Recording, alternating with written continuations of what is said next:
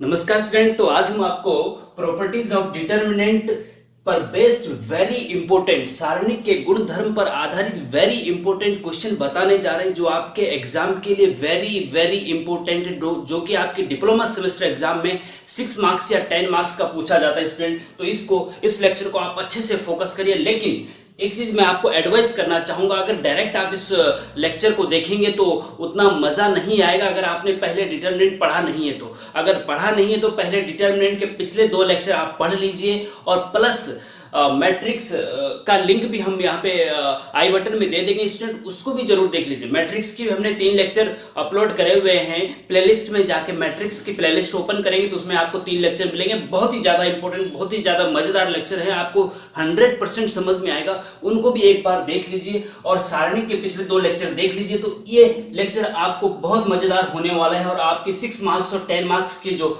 Exam में question आएंगे वो कंफर्म होने वाले हैं। तो स्टूडेंट, पिछले सेकंड लेक्चर में हमने आपको क्वेश्चन 1 2 3 4 ये होमवर्क के लिए दिया था। हमने कहा था कि इसको आप ट्राई करिए, क्योंकि हमें उस दिन कॉलेज के लिए लेट हो रही थी, इसलिए हम होमवर्क के लिए छोड़ के गए थे आपके लिए। अब हम आज इनको सॉल्व करेंगे। अगर आप लोगों ने, कई स्टूडेंट ने इसका हमें पूरा सॉल्व करके व्हाट्सएप पे भी आंसर भेजा है और किसी ने कमेंट में भी पूछा है, तो हमें खुशी हो रही है कि कई स्टूडेंट बहुत इंटरेस्ट ले रहे हैं मैथमेटिक्स में। लेकिन अब जिन स्टूडेंट को अभी तक समझ में नहीं आया उनके लिए हम अभी इसको सॉल्व करेंगे स्टूडेंट। देखिए स्टूडेंट, क्वेश्चन नंबर 1 की बात करते हैं। सबसे पहले तो ये आपका कभी कभी 2 मार्क्स का और कभी कभी 6 मार्क्स का भी पूछा जाता है कि ये del is equal to determinant को हल कीजिए, इसका मान ज्ञात कीजिए। ये डिटर्मिनेंट के अंदर 3 रो और 3 कॉलम है ना, इसका मान ज्ञात कीजिए। या फिर ये भी आता है कि बिना प्रसार के, बिना एक्सपेंशन के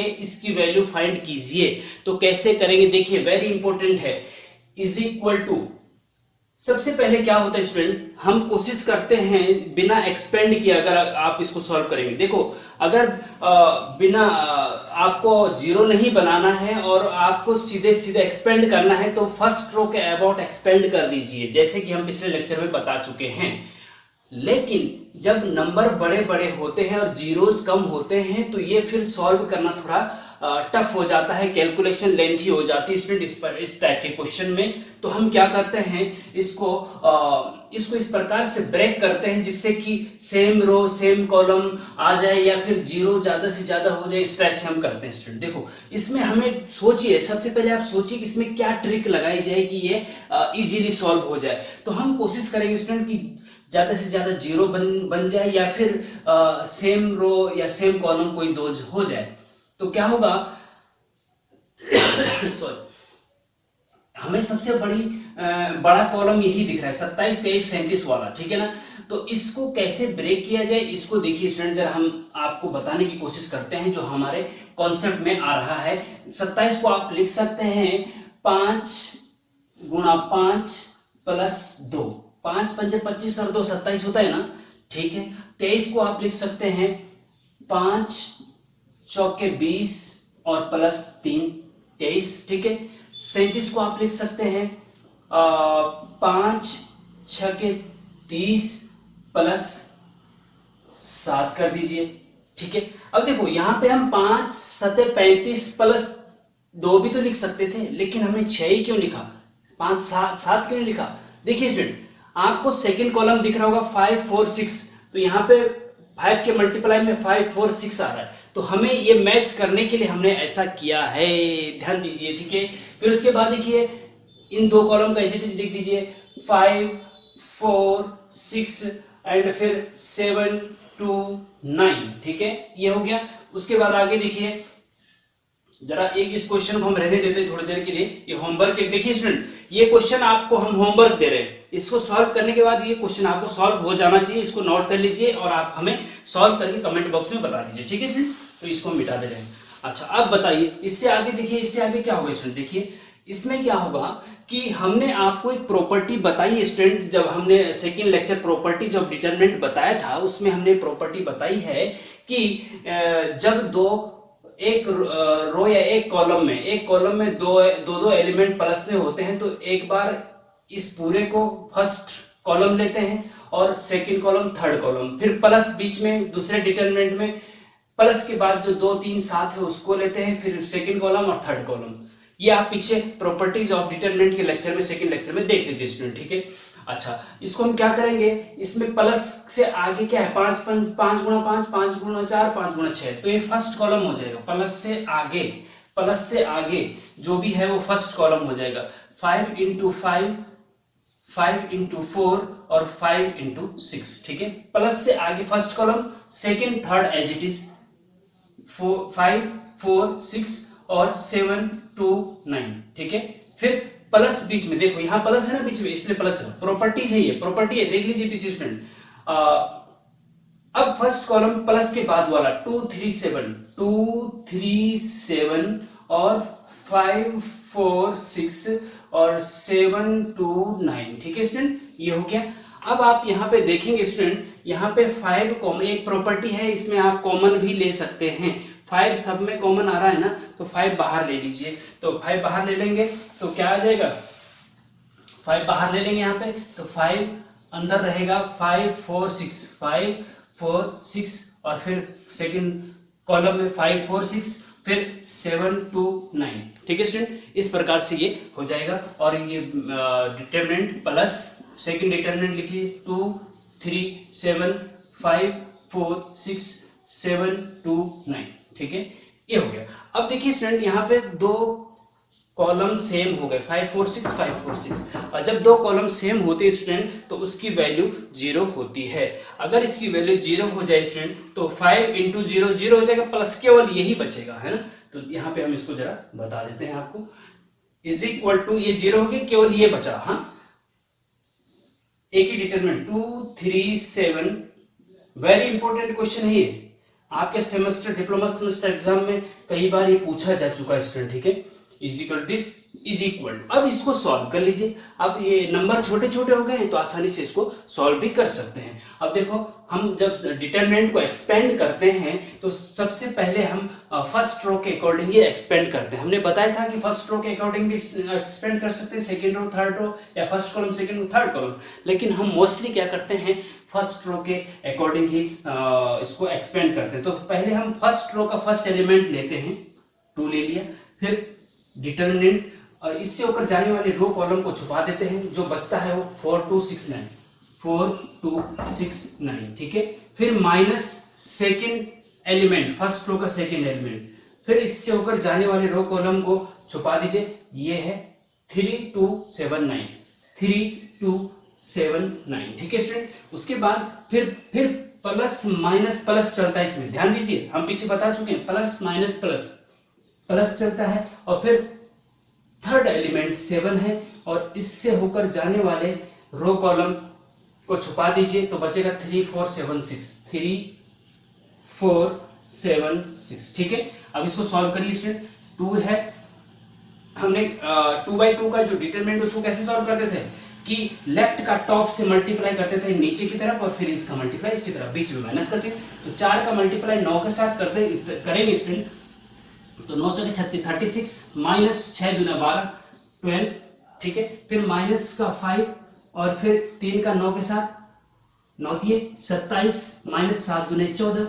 ठीक है। फिर प्लस का 7 और ब्रैकेट में देखिए 9 दिए 27, सॉरी 6 दिए 18, 18 माइनस 7 चौको 28, ठीक है, इज इक्वल टू, आगे देखिए स्टूडेंट, 2 36 में से 12 घटा दीजिए, 12 24 बचेगा, और फिर माइनस का 27 में से 14 घटा 6 7 और 6 13, 5 ब्रैकेट में 13 बचेगा, फिर प्लस का 7 है, और 18 में से 28 घटा दीजिए तो माइनस का 10 बचेगा। स्टूडेंट इसको सॉल्व करके आपका फाइनल आंसर जो आ जाएगा स्टूडेंट, वो होगा आपका -87 आंसर, ठीक है। इस 2 का 24 के साथ मल्टीप्लाई कर दो, 5 का 13 के साथ, 7 का -10 के साथ, और ये जोड़ घटाना आपको आता ही होगा स्टूडेंट, तो -87 आपका आंसर आ जाएगा।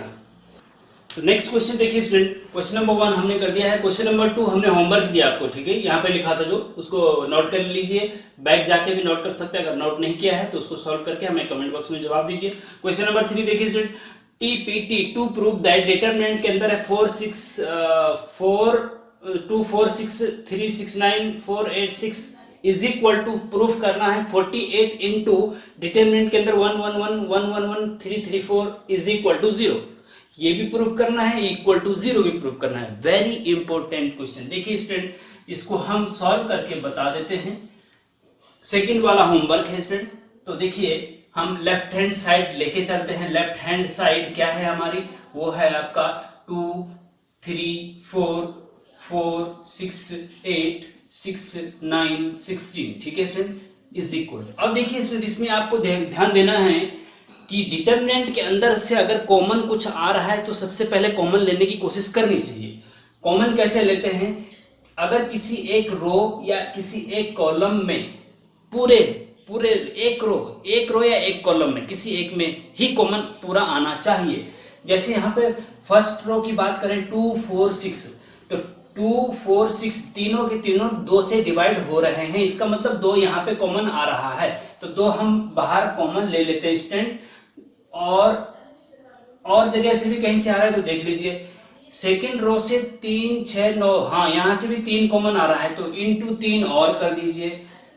यहां से देखिए, यहां से कॉमन क्या आ रहा है 4 8 16, 4 कॉमन आ रहा है स्टूडेंट यहां से। हाँ, तो 4 भी कॉमन ले लेते हैं। तो हमने फर्स्ट रो से 2 कॉमन लिया, सेकंड रो से 3 कॉमन लिया, थर्ड रो से 4 कॉमन आ रहा है। ठीक है स्टूडेंट, अंदर क्या बचेगा, देखिए ध्यान से देखिए। फर्स्ट रो से जब 2 कॉमन लिया तो 2 यहाँ क्या बचेगा 1, यहाँ क्या बचेगा 2 दूने 4, 2 2 3 6, यहाँ 3 बचेगा। ठीक है स्टूडेंट, यहां से 3 कॉमन लिया था तो यहां क्या बचेगा 1। 3 कॉमन लेने का मतलब 3 से डिवाइड कर दो इसको और वो यहां लिख दो। 3 से डिवाइड करो इसको, 6 को भी डिवाइड करो, 3 दूने 6, 3 3 9। ठीक है ना। अच्छा, उसके बाद देखिए स्टूडेंट, यहां से 4 कॉमन ले लो तो ये हो जाएगा स्टूडेंट 4 कॉमन ले लिया ना, तो यहाँ पे 4 एकम 4, 4 दूना 8 और 4 चौके 16। तो ये आपका 1 2 4 आ गया। ठीक है, अब फिर से देखिए स्टूडेंट, इसमें और आगे क्या नजर आ रहा है आपको, कुछ कॉमन नजर आ रहा है। एक फर्स्ट कॉलम में एक कॉमन आ रहा है, तो देखिए स्टूडेंट एक कॉमन से कोई फर्क नहीं पड़ता, एक ही होता है। ठीक है, उसका कोई और फैक्टर नहीं है। 2 कॉमन आ रहा है, देखिए 2 कॉमन आ रहा है, 2 2 2। ठीक है, तो 2 कॉमन आ रहा है स्टूडेंट। तो देखिए ये 4 3 12 दूना 24 है ना, तो 24 तो ये पहले से था, इनटू 2 और कॉमन आ रहा है, तो अंदर क्या बचेगा, फर्स्ट कॉलम तो 1 1 1 ही रहेगा, सेकंड कॉलम में 2 कॉमन आ रहा है तो 1 1 1 हो जाएगा, और यहाँ पे 3 3 4 हो जाएगा इसमें। ठीक है, तो ये हो गया ना। अब देखो यहाँ पे यही कुछ आ रहा है ना, 24 दूने 48 कर दीजिए, तो 48, चलो आप वो अपने आप कर लेना। ठीक है, 24 दूने 48 हो गया और 1 1 1 1 3 3, यह प्रूफ हो गया ना। अच्छा, अब इज इक्वल टू 0 भी प्रूफ करना है। इज इक्वल टू 0 कैसे प्रूफ करेंगे, देखिए स्टूडेंट, हमने एक प्रॉपर्टी आपको बताई है, अगर नहीं आपको पता है तो वो लेक्चर देख लीजिए, सेकंड लेक्चर प्लेलिस्ट में जाके, डिटरमिनेंट की प्लेलिस्ट में जाके, या फिर आई बटन में देख लीजिए, डिस्क्रिप्शन में भी हम लिंक दे देंगे, वहां से भी आप देख सकते हैं। 1 1 1 1 1 1, तो जब 2 कॉलम, एक प्रॉपर्टी पड़ी है कि जब 2 कॉलम सेम होते हैं तो उस डिटरमिनेंट का मान 0 होता है, तो इसलिए ये पूरा 0 हो जाएगा, और 48 गुना 0 0 होता है, तो ये भी 0 हो गया, आंसर या प्रूफ हो गया। ठीक है, इस प्रकार से इस क्वेश्चन को भी करेंगे, वेरी इंपॉर्टेंट स्टूडेंट। तो स्टूडेंट सेकंड लेक्चर में हमने आपको होमवर्क जो दिया था, ये क्वेश्चन भी था, ये वेरी वेरी इंपॉर्टेंट है, और ये आपका एग्जाम में 10 मार्क्स का पूछा जाता है। तो देखिए स्टूडेंट, क्वेश्चन नंबर 4 क्या है, टू प्रूव दैट डिटरमिनेंट के अंदर 1 1 1 A B C B plus C C plus A plus B is equal to 0 prove करना है। ठीक है, अब देखिए स्टूडेंट, एक तो होता है कि डायरेक्ट एक्सपेंड करना, तो डायरेक्ट एक्सपेंड करना कभी कभी बहुत टफ हो जाता है और कभी कभी नेक्स्ट टू इम्पॉसिबल हो जाता है। इसको आंसर निकालना, फाइनल आंसर आपका निकलना बड़ा मुश्किल हो जाता है। ठीक है, लेकिन इसके लिए, इसीलिए हमने आपको सेकंड लेक्चर में प्रॉपर्टीज ऑफ डिटरमिनेंट बताई है, 7 प्रॉपर्टीज बताई। कितनी बताई है, 7 प्रॉपर्टीज। 7 प्रॉपर्टीज को आपको रट लेना है, समझ लेना है ढंग से। ठीक है, हमने वहां पे समझा भी रखा है और आपको कैसे याद करना है वो भी बता रखा है, वो जरूर उस लेक्चर को देख लीजिए। तो उसमें एक 7th प्रॉपर्टी हमने बताई स्टूडेंट कि जिसमें रो और कॉलम ऑपरेशन लगता है, उसको आप जरा देख लीजिए। अब इसमें हम क्या करेंगे, जो आप रो सेवंथ प्रॉपर्टी है उसकी हेल्प से हम कोशिश करते हैं कि जो लेफ्ट हैंड साइड है उसके अंदर जो एलिमेंट है, डिटरमिनेंट के अंदर एलिमेंट है, उनको ज्यादा से ज्यादा जीरो बनाने की कोशिश करते हैं। Left hand side is equal to 1 1 1 A B C, B plus C, C plus A और ए प्लस बी। देखिए स्टूडेंट, गौर से देखना इसको, बहुत इंपॉर्टेंट है ये, 10 मार्क्स का पूछा जाता है। अच्छा, 10 मार्क्स का, ये एक चीज ध्यान रखना है, 10 मार्क्स का पूछा जाता है। हाँ, आपके diploma semester, polytechnic diploma semester exam में left hand side is equal to determinant के अंदर ये है, ठीक है। अब एक तरीका ये है कि 1 1 1 जो आपको दिख रहे हैं ना, इनको रो ऑपरेशन लगा के आपको इसको भी जीरो किया जा सकता है, इसको भी जीरो किया जा सकता है। एक तरीका तो ये है, तो फिर इसमें से इसको घटाएंगे, इसमें से इसको घटाएंगे, इस टाइप से कुछ होगा ये, ठीक है। और दूसरा तरीका ये भी स्टूडेंट कि कोई एक रो या एक कॉलम अगर एक जैसा हो जाता है तो उससे कॉमन लिया जा सकता है, ठीक है।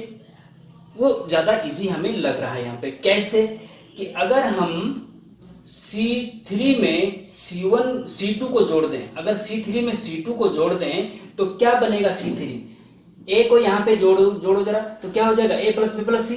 B को यहाँ जोड़ो जरा तो A plus B plus C. C को यहाँ जोड़ो जरा तो क्या हो जाएगा, A plus B plus C. तो सारे के सारे C3 जो कॉलम है, थर्ड कॉलम जो है वो सारा का सारा क्या हो जा रहा है, ए प्लस बी प्लस सी, ए प्लस बी प्लस सी, ए प्लस बी प्लस सी हो जा रहा है, तो उसको कॉमन ले सकते हैं। तो ये हम सोच के ऐसा कर रहे हैं। देखिए कैसे कर रहे हैं, देखिए स्टूडेंट, ऑपरेशन कैसे लगाना है। सबसे इंपॉर्टेंट बात यह है कि ऑपरेशन कैसे लगाना है, सबसे इंपॉर्टेंट बात कैसे लगाना है स्टूडेंट।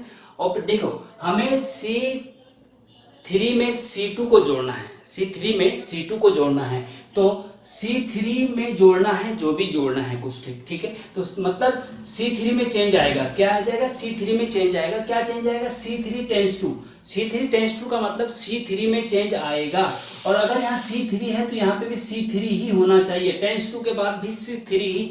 अगर यहाँ 3 है तो यहाँ भी 3, C3 है C3, यहाँ C2 है तो टेंस टू के बाद C2 ही पहला कॉलम ये होना चाहिए। इस चीज का आप ध्यान रखेंगे। अगर C1 है तो यहाँ C1 ही आएगा पहला, यहाँ C3 है तो C3 आएगा। C3 टेंस टू का मतलब है कि C3 में चेंज लाना है। क्या चेंज लाना है कि C3 में जोड़ना है, क्या क्या जोड़ना है, C2 को जोड़ना है।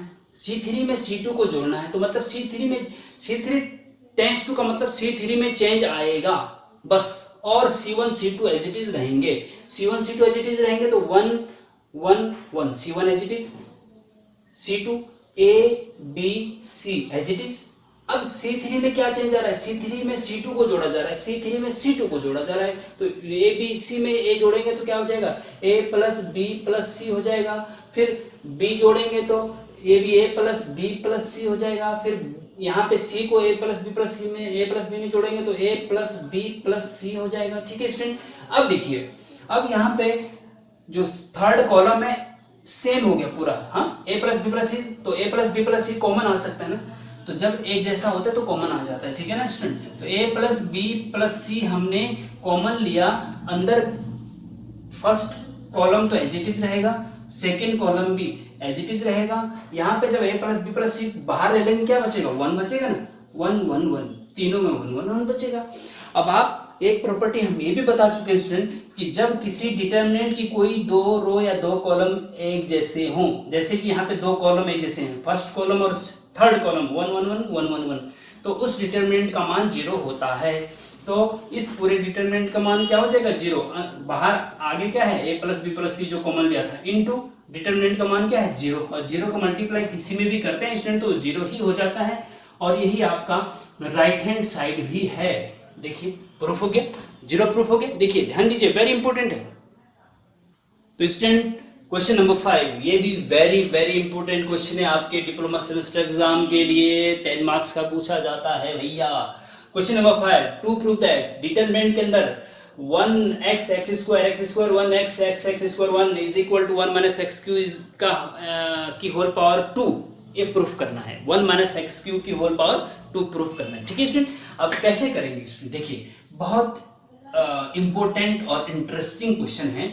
अब इसमें क्या है, इसमें दो मेथड से इसको किया जा सकता है। एक है थोड़ा लेंथी मेथड और एक है शॉर्ट मेथड। आप बताओ, आप लेंथी मेथड से इसको करना चाहते हैं शॉर्ट मेथड से? जैसा आप बोलो हम ऐसा कर देते हैं, कर दें? अब बताओ। अच्छा, कमेंट बॉक्स में बता चलो, लाइव नहीं है ये इसलिए चलो ठीक है, ऐसा है।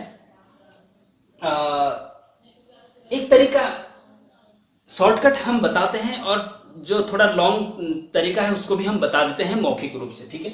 जैसा कि हमने पिछला क्वेश्चन किया है स्टूडेंट, अगर हम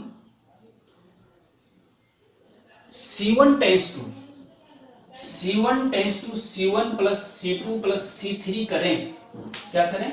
C1 tense to C1 plus, देखिए जब C1 टेंस टू आता है तो यहाँ पे सबसे पहला C1 ही आएगी, इस चीज का ध्यान रखेंगे। हाँ, C1 tense to C1 plus C2 plus C3। C1 में C2 और C3 को जोड़ देंगे। 1 में अगर x और x स्क्वायर जुड़ जाएंगे तो 1 प्लस x स्क्वायर हो जाएगा। यहाँ पे इन दोनों को इसके साथ जोड़ेंगे तो 1 प्लस x स्क्वायर, यहाँ पे भी 1 प्लस x स्क्वायर एजिटेज हो जाएगा सारा। फर्स्ट कॉलम जो है एक जैसा हो जाएगा और फिर उसमें से 1 प्लस x स्क्वायर कॉमन आ जाएगा तो यहाँ 1 1 1 हो जाएंगे। फिर उसके बाद दूसरे दो ऑपरेशन लगेंगे, R2 माइनस R1 और R3 माइनस R1, तो ये और ये जीरो हो जाएंगे, ठीक है स्टूडेंट? वो तरीका आप प्रैक्टिस करके देखिए और हमें कमेंट बॉक्स में बताइए। हम थोड़ा सा एक शॉर्ट तरीका बताते हैं जिसमें आपको भी मजा आने वाला है। देखिए स्टूडेंट, क्या है कि हम बता रहे हैं आपको कि पहले तो आप ऐसा करिए कि लेफ्ट हैंड साइड ले लीजिए। हाँ, जब भी आप सॉल्व करते हैं क्वेश्चन को, सबसे पहले क्या करते हैं कि जो क्वेश्चन दिया हुआ उसकी लेफ्ट हैंड साइड ले लो, क्योंकि ये this equal to this prove करना ना, तो लेफ्ट हैंड साइड क्या है जिसमें प्रूफ करने के लिए होता है उसमें लेफ्ट हैंड साइड लिया जाता है, राइट हैंड साइड प्रूफ किया जाता है। तो 1x स्क्वायर 1x स्क्वायर 1, ठीक है स्टूडेंट? ये हो गया। अब आप देखिए आगे कैसे करना है। अब कौन सा ऑपरेशन इसमें लगाना है ये इंपॉर्टेंट है स्टूडेंट, ये काफी इंपॉर्टेंट है, ठीक है ना? ये काफी इंपॉर्टेंट, डिटरमिनेंट के अंदर क्या आएगा। अब ऑपरेशन कौन सा लगाना है जरा देखना है, गौर से देखना। हमें प्रूफ क्या करना है, 1 माइनस एक्स की पावर 3 का होल स्क्वायर, ठीक है? अब ये क्या, देखो ऐसा किया जा सकता है, हमें कोशिश करनी चाहिए या तो एक रो या एक कॉलम एक जैसी बन जाए जिससे कॉमन आ जाए, या फिर ज्यादा से ज्यादा जीरोस बनाने की कोशिश करनी चाहिए। सबसे इंपॉर्टेंट इसमें यही है कि जब भी आप किसी क्वेश्चन को सॉल्व करो तो सबसे की पॉइंट स्टूडेंट कि आप ज्यादा से ज्यादा जीरो बनाने की कोशिश करो ऑपरेशन लगा के, बस सबसे इंपॉर्टेंट ये है, ठीक है?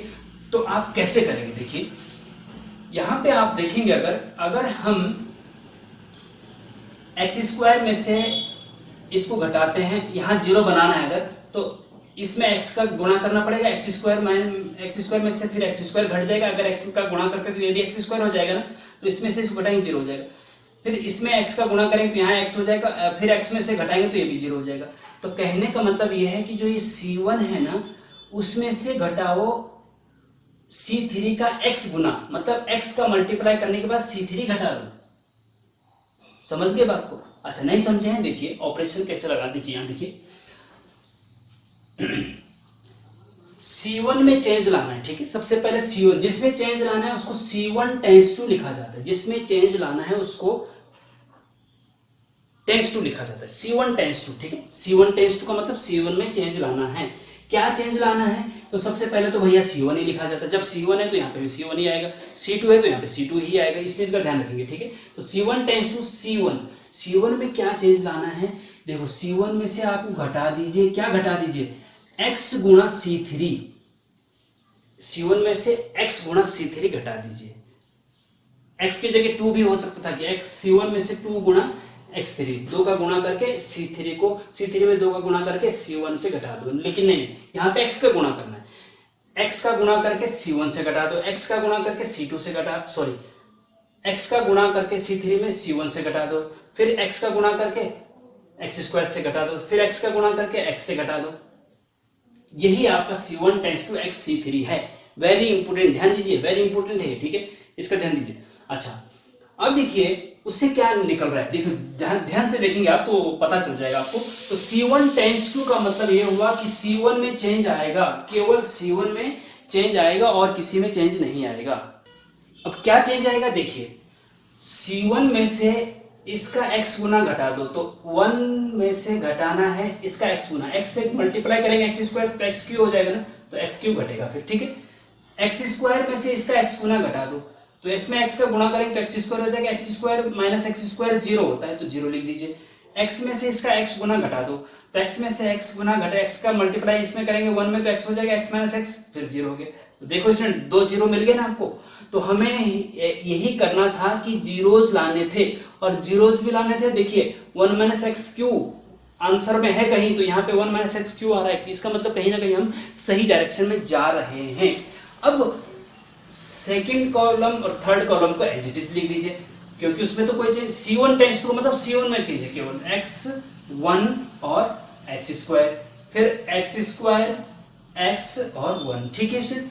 अब आप कहेंगे कि सर आपको तो पता था इसलिए आपने ये ऑपरेशन लगाया, लेकिन स्टूडेंट क्या है कि ये मुझे इसलिए पता है कि मैंने बहुत प्रैक्टिस कर रखी है। तो आपको भी स्टूडेंट अगर एग्जाम में पास होना है, अगर मैथमेटिक्स की बैग से बचना है, तो प्रैक्टिस तो करनी ही होगी ज़्यादा से ज़्यादा। अगर प्रैक्टिस नहीं करेंगे तो फिर थोड़ा सा काफ़ी टफ हो जाता है, तो प्रैक्टिस तो आपको करनी ही होगी, तभी आप एग्जाम में अच्छा कर सकते हैं, एग्जाम में मैथमेटिक्स में पास हो सकते हैं, और फिर आपका डिप्लोमा इंजीनियरिंग डिप्लोमा आसानी से क्लियर हो सकता है, पास आउट होकर आप अच्छी नौकरी कर सकते हैं। अदरवाइज मैथमेटिक्स की बैक अगर लगी रहती तो आपको दूर नौकरी में भी परेशानी रहती है, वहाँ पे भी जहाँ 50,000 मिलनी चाहिए थी वहाँ पे 30,000 मिल पाती है। जब तक कि आपकी बैक क्लियर ना हो जाए, तो थोड़ा सा मेहनत कर लो तो आपको सैलरी भी अच्छी मिल जाएगी और आपकी टेंशन भी खत्म हो जाएगी, है ना। तो इसीलिए हम आपका सहयोग करने की पूरी कोशिश करें स्टूडेंट, लेकिन आप जरा मेहनत करेंगे तभी हो पाएगा, ठीक है ना। अब देखिए स्टूडेंट, ये आपका फर्स्ट कॉलम में 2 0 आ गए हैं, तो अब आपको सिंपल है कि फर्स्ट कॉलम के अबाउट इसको एक्सपेंड कर दो। फर्स्ट कॉलम के अबाउट कैसे एक्सपेंड करेंगे, जैसे फर्स्ट रो के अबाउट करते थे कि पहला एलिमेंट, फिर दूसरा एलिमेंट, फिर तीसरा एलिमेंट। फर्स्ट कॉलम में भी पहला एलिमेंट लो, फिर दूसरा एलिमेंट लो, फिर तीसरा एलिमेंट लो, ठीक है। तो पहला एलिमेंट लेंगे, तो पहला एलिमेंट है 1 माइनस एक्स क्यूब, ठीक है। 1 माइनस एक्स क्यूब ब्रैकेट के अंदर, फिर डिटरमिनेंट के अंदर क्या आएगा, देखिए 1 माइनस एक्स क्यू लिया ना, इससे होकर जाने वाले रो कॉलम को छुपा दीजिए, क्या बचा 1x x square 1x x square 1, ठीक है। फिर उसके बाद प्लस माइनस चलता है, माइनस, फिर ये वाला एलिमेंट ले लो, फर्स्ट कॉलम के अबाउट खोलो ना, फिर 0 ले लो। अब देखिए स्टूडेंट, 0 के अंदर अगर फर्स्ट कॉलम और सेकंड रो के से होकर जाने वाले रो कॉलम को छुपा देंगे तो लिख दीजिए, नहीं भी लिखना है तो कोई फर्क नहीं, क्योंकि बाहर 0 है तो अंदर जो भी होगा उसको 0 ही होना है, ठीक है। इसलिए हम नहीं लिख रहे हैं इसको, ठीक है। फिर प्लस माइनस, फिर प्लस 0, फिर ये वाला एलिमेंट आएगा, है ना। पहले ये आया, फिर ये आया, फिर ये आया, और फिर इसके अंदर भी कुछ मत लिखो क्योंकि उसने 0 ही होना है। तो ये सारा का सारा उधर का 0 हो गया, केवल इतना आपको सॉल्व करना है। 1 माइनस एक्स क्यूब ये है, और अंदर क्या देखो, इसका मल्टीप्लाई इसमें होता है और इसका मल्टीप्लाई इसमें होता है, ये आपको पता है ना। लेफ्ट का टॉप से मल्टीप्लाई इधर की तरफ, 1 का 1 में 1 माइनस एक्स स्क्वायर का एक्स में तो एक्स क्यूब। अब 1 minus x cube 1 minus x cube 1 minus x cube का होल स्क्वायर, तो ये आपका राइट हैंड साइड हो गया है स्टूडेंट, ठीक है। तो इस प्रकार से आप इसको भी सॉल्व करेंगे। देखिए स्टूडेंट, हम आपके लिए बहुत मेहनत करते हैं, हम चाहते हैं कि आपकी मैथमेटिक्स की बैक की समस्या क्लियर हो जाए, आपको मैथ्स में कोई दिक्कत ना आए। आपका डिप्लोमा इंजीनियरिंग डिप्लोमा आप जो कर रहे हैं या बीटेक इंजीनियरिंग से कर रहे हैं, तो आपको कहीं पे भी मैथमेटिक्स की बैक का सामना ना करना पड़े, ये हमारा कोशिश रहता है। तो आप हमारा सहयोग करिए, हम मेहनत करते हैं। और देखिए ज़्यादा से ज़्यादा अपने जूनियर को, अपने फ्रेंड्स को भी हमारे वीडियो लेक्चर शेयर करने की कोशिश करिए, तो हमें भी अच्छा लगेगा कि हम ज़्यादा से ज़्यादा लोगों तक पहुँचेंगे तो हमें खुशी होगी। और अगर आपको लेक्चर पसंद आ रहे हैं तो लाइक ज़रूर कर दिया करो, और आगे और इम्पोर्टेंट वीडियो के लिए आप हमारा चैनल सब्सक्राइब कर दिया करो। हम अच्छी से अच्छी वीडियो आपके लिए मैथमेटिक्स की लेके आते हैं, तो आप सहयोग करने की कोशिश करिए स्टूडेंट, ठीक है स्टूडेंट। तो इस प्रकार से ये क्वेश्चन नंबर 5 भी प्रूफ हो गया, ठीक है। तो नेक्स्ट क्वेश्चन नंबर 6 देखिए स्टूडेंट, ये भी वेरी इंपॉर्टेंट है, 10 मार्क्स का आपके इंजीनियरिंग में पूछा जाता है।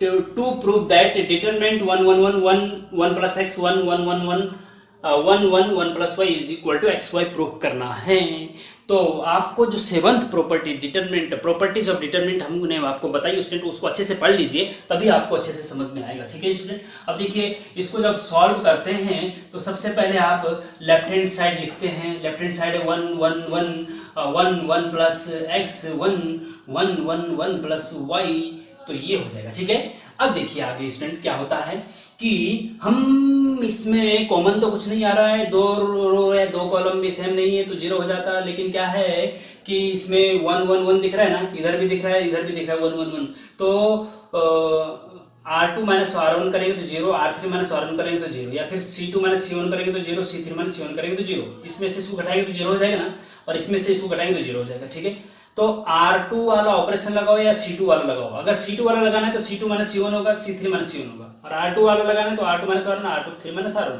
तो हम ऐसा करते हैं स्टूडेंट कि हम R2 वाला ही लगाते हैं, क्योंकि इसमें जब जीरो हो जाएंगे तो आपको सुविधाजनक लगेगा कि भाई R1 के अकॉर्डिंग एक्सपेंड करना है। ठीक है ना, अब ऑपरेशन क्या लगाना है देखिए, R2 tends to R2 minus R1, एक ऑपरेशन देखिए,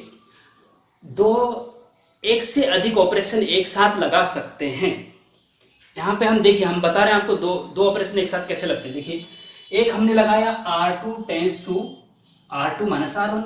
देखो R2 tends to R2 minus R2 tends to का मतलब R2 में चेंज आएगा। ये R2 है, ये R1 है, ये R2 है, ये R3 है, तो ये R2 है, इसमें चेंज कैसे आएगा? R2 टेंस टू का मतलब R2 में चेंज आएगा। क्या चेंज आएगा? R2 में से R1 घटा देना है, R2 में से R1, 1 में से ये घटाना है, इसमें से ये घटाना है, इसमें से ये घटाना है, बस R2 की जगह लिख देंगे। ठीक है ना, और एंड दूसरा ऑपरेशन हम लगा रहे हैं R3 में, R3 टेंस टू मतलब R3 में चेंज आएगा। क्या चेंज आएगा? R3 में से देखो, यहां पे R3 में से R2 भी तो घटा सकते थे ना, लेकिन R3 में से R2 घटा तो सकते थे, क्योंकि इससे भी जीरो हो जा रहा है। यहाँ पे हमारा उद्देश्य जीरो करना है। R3 में से भी R2 घटा सकते थे, लेकिन हम नहीं घटा रहे हैं। क्यों? हम R3 में से R1 ही घटा रहे, जैसे R2 में से R1 घटा है ना, हम R3 में से भी R3 tense to R3 minus R1 ही कर रहे हैं, R2 नहीं कर रहे। क्यों R2 इसलिए नहीं कर रहे स्टूडेंट? क्योंकि R2 में ऑलरेडी हम चेंज ला रहे हैं। R2 टेंस टू पहले लिखा ना हमने, तो R2 टेंस टू का मतलब R2 में चेंज आ रहा है, तो जिसमें चेंज आ रहा है उसको घटाएंगे या जोड़ेंगे नहीं, इस चीज का भी ध्यान रखेंगे। तो R2 में से भी R1 घटाया और R3 में से भी R1 घटाया। R1 इसलिए घटाया कि R1 में कोई चेंज नहीं आ रहा है, तो घटाएंगे या जोड़ेंगे उसी को जिसमें कोई चेंज नहीं आ रहा है। अगर एक से ज्यादा ऑपरेशन एक साथ लगते हैं तो नोट करिए इसको, वेरी इंपॉर्टेंट बात बता रहा हूं आपको। तो R2 टेंस टू R2 में से R1 घटा दीजिए। देखिए स्टूडेंट, देखिए इसमें R2 टेंस टू और R3 टेंस टू मतलब R2 और R3 में चेंज आ रहा है, R1 में कोई चेंज नहीं आ रहा है, तो जिसमें कोई चेंज नहीं आ रहा है उसको पहले लिख दीजिए। R1 क्या है? ये है आपका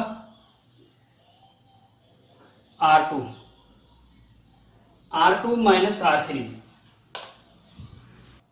तो R1 में कोई चेंज नहीं आ रहा, तो 1 1 1 एज इट इज लिख दीजिए, 1 1 1 लिख दीजिए। ठीक है, अब R2 में से R1 घट, R2 tends to R2 minus R1, 1 minus 1 करेंगे तो जीरो आएगा, 1 प्लस x में से 1 घटाएंगे तो x बचेगा, 1 में से 1 घटाएंगे तो जीरो बचेगा। ठीक है स्टूडेंट, फिर R3 tense to R3 minus R3 में से R1 घटाएंगे तो जीरो बचेगा, 1 में से 1 घटाएंगे तो जीरो बचेगा, दिस माइनस दिस करेंगे तो y बचेगा। ठीक है, अब आप क्या करेंगे student, is equal to first column के अकॉर्डिंग ओपन करिए या फर्स्ट रो के अकॉर्डिंग ओपन करिए, जैसी आपकी मर्जी। फर्स्ट कॉलम के अकॉर्डिंग ओपन करेंगे तो आसानी होगी, क्योंकि ज्यादा जीरो इसमें है, इसमें जीरो नहीं है। तो फर्स्ट कॉलम के अकॉर्डिंग, जैसा कि पिछले क्वेश्चन में किया था, तो सबसे पहले फर्स्ट कॉलम का फर्स्ट एलिमेंट लेंगे 1, और इससे होकर जाने वाले रो कॉलम को छुपा देंगे। बचेगा क्या? बचेगा x 0 0 y बचेगा, फिर प्लस के बाद माइनस 0, ये सेकंड एलिमेंट लेंगे फर्स्ट कॉलम का, फिर इससे होकर जाने वाले रो कॉलम को छुपा देंगे और इसके अंदर एलिमेंट लिखेंगे, क्योंकि इसको हम लिख नहीं रहे क्योंकि बाहर जीरो है तो सारा जीरो ही होना है, प्लस का 0, फिर इसको लेंगे तो इसके अंदर भी ऐसी स्थिति आ जाएगी, और ये पूरा का पूरा जीरो हो जाएगा। उधर का इधर का, यहाँ बाहर 1 है, this into this minus this into this, बाहर 1 है, अंदर x इंटू वाई करेंगे तो एक्स वाई हो जाएगा, माइनस 0 इंटू 0 करेंगे तो 0 हो जाएगा, is equal to x Y आ जाएगा, is equal to right hand side. तो ये आपका प्रूव्ड हो गया स्टूडेंट। तो इस प्रकार से आप जब क्वेश्चन की प्रैक्टिस करेंगे, देखिए इसमें सबसे इंपॉर्टेंट बात यह है स्टूडेंट कि ये जो क्वेश्चन है ना, एक तो आपको सेवंथ प्रॉपर्टी आपको रट लेनी है, समझ लेनी है अच्छे से। उसके बाद जितने ज़्यादा इस प्रकार के क्वेश्चन की आप प्रैक्टिस करेंगे उतनी ज़्यादा आपको इस प्रकार के क्वेश्चन को सॉल्व करने में सुविधा हो जाएगी या इस कमांड हो जाएगी। एग्जाम में आप इस टाइप का क्वेश्चन तभी कर सकते हैं अगर आपने कम से कम 10, 15, 20, 25 क्वेश्चन अपने पहले घर में सॉल्व करे हैं, तो तब आपको एग्जाम में कर सकते हैं। अदरवाइज एग्जाम में आपको दिक्कत हो जाएगी। यहाँ पे आपको समझ में आ रहा होगा, लेकिन एग्जाम में दिक्कत हो सकती है। तो स्टूडेंट 6 क्वेश्चन को सॉल्व करने के बाद 7th क्वेश्चन, 8, 9, 10, 11 ये आपके 1, 2, 3, 4, 5 क्वेश्चन आपके होमवर्क के लिए है। वेरी वेरी इंपॉर्टेंट, ये होमवर्क के लिए है पांचों के पांचों क्वेश्चन। ये भी सारे के सारे वेरी इंपॉर्टेंट है। आपके इंजीनियरिंग सेमेस्टर एग्जाम में कई बार पूछे गए स्टूडेंट, कई बार पूछे गए ये क्वेश्चन, और इनको आप बहुत अच्छे से प्रैक्टिस कर लीजिए और बहुत अच्छे से मेहनत करिए, तो आपके 10 मार्क्स 6 मार्क्स कंफर्म हो जाएंगे और आप मैथ्स की प्रॉब्लम, जो मैथ्स की बैक की प्रॉब्लम, उससे बच जाएंगे। तो स्टूडेंट, जो मेरा उद्देश्य है वो आपका भी उद्देश्य है, तो क्यों ना मिलके मेहनत की जाए और आप भी हमारे साथ मेहनत करें तो अच्छे रिजल्ट निश्चित रूप से आएंगे। तो आप इनकी प्रैक्टिस करिए। कहीं पे कोई दिक्कत होती तो आप हमें कमेंट में पूछ सकते हैं स्टूडेंट। क्वेश्चन नंबर 7 देखिए, to prove that 1 1 1 ABC A square B square C square equal to A minus B minus C minus A। देखिए इसका स्क्रीनशॉट ले लीजिए आप, कोई दिक्कत नहीं, ठीक है ना। क्वेश्चन नंबर 8 ये है। Question number 9 1 1 1 ABC AQ BQ CQ equal to A minus B minus C minus A plus B plus C है, ठीक है। क्वेश्चन नंबर 10 ये है, दिस इक्वल टू 0 प्रूव करना है। क्वेश्चन नंबर 11 ये है, this equal to minus A plus B plus C A minus B minus C minus A proof करना है, ठीक है स्टूडेंट। इस प्रकार से इसको आप अच्छे से सॉल्व कर लीजिए और बहुत मेहनत करिए। इसके बाद जो डिटरमिनेंट का नेक्स्ट लेक्चर आएंगे, 4th लेक्चर, वो है आपका क्रैमर रूल। क्रैमर रूल भी आपके एग्जाम में बहुत ज्यादा पूछा जाता है। इंजीनियरिंग एग्जाम में स्टूडेंट, आपके डिप्लोमा इंजीनियरिंग एग्जाम में बहुत ज्यादा पूछा जाता है। क्रैमर रूल बहुत इंपॉर्टेंट है, हर एग्जाम में पूछा जाता है। ये लगा लो कि आप 11th 12th में, जेई नीट के एग्जाम में, डिप्लोमा सेमेस्टर एग्जाम में, बीटेक एग्जाम में, हर जगह ये क्रैमर रूल का क्वेश्चन बहुत ज्यादा पूछा जाता है और बहुत ज्यादा इंपॉर्टेंट और बहुत ज्यादा इजी भी है। अगर आप उसको अच्छे से थोड़ा सा समझ लेंगे, जो जैसे हम समझाते हैं, अगर आपने अच्छे से समझ लिया तो आपके 10 मार्क्स या 20 मार्क्स कंफर्म हो जाएंगे। तो स्टूडेंट, पहले आप इस लेक्चर को अच्छे से मेहनत करिए, उसके बाद हम नेक्स्ट लेक्चर आपके लिए जल्द ही लेके आएंगे। तब तक के लिए जय हिंद, गुड बाय, अपना ख्याल रखिए। Okay, thank you.